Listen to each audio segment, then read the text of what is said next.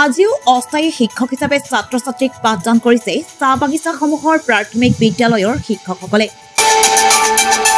নিজৰ পৰিয়ালৰ ভৱিষ্যতৰ কথা এবাৰো চিন্তা নকৰি বিভিন্ন ঘাত প্ৰতিঘাতৰ মাজেৰে মানৱ সম্পদ গঢ় দিয়াত ব্যস্ত এইসকল চাহ বাগিচাৰ প্ৰাথমিক বিদ্যালয়ৰ শিক্ষক।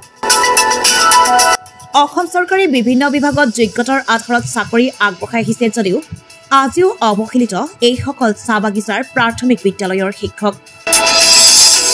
সেয়েহে এইসকল শিক্ষকক স্থায়ী নিযুক্তি দিয়াৰ বাবে সংবাদ মাধ্যমৰ জৰিয়তে আজি আহ্বান জনালে অসম চাহ বাগিচাৰ প্ৰাথমিক বিদ্যালয় শিক্ষক সন্মিলনীৰ কেন্দ্ৰীয় সমিতিয়ে। নমস্কাৰ, মোৰ নাম বিনোদ সিং ৰাউতিয়া।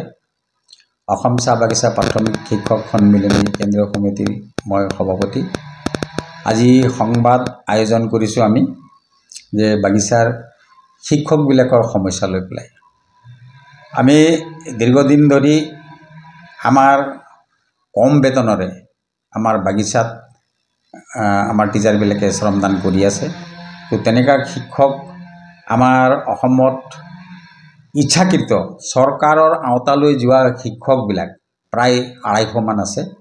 স্বেচ্ছাই ইহঁতৰ কোনো ধৰণৰ বাধা বিঘিনি নাই, চৰকাৰৰ আওতালৈ যাব বিচাৰিছে।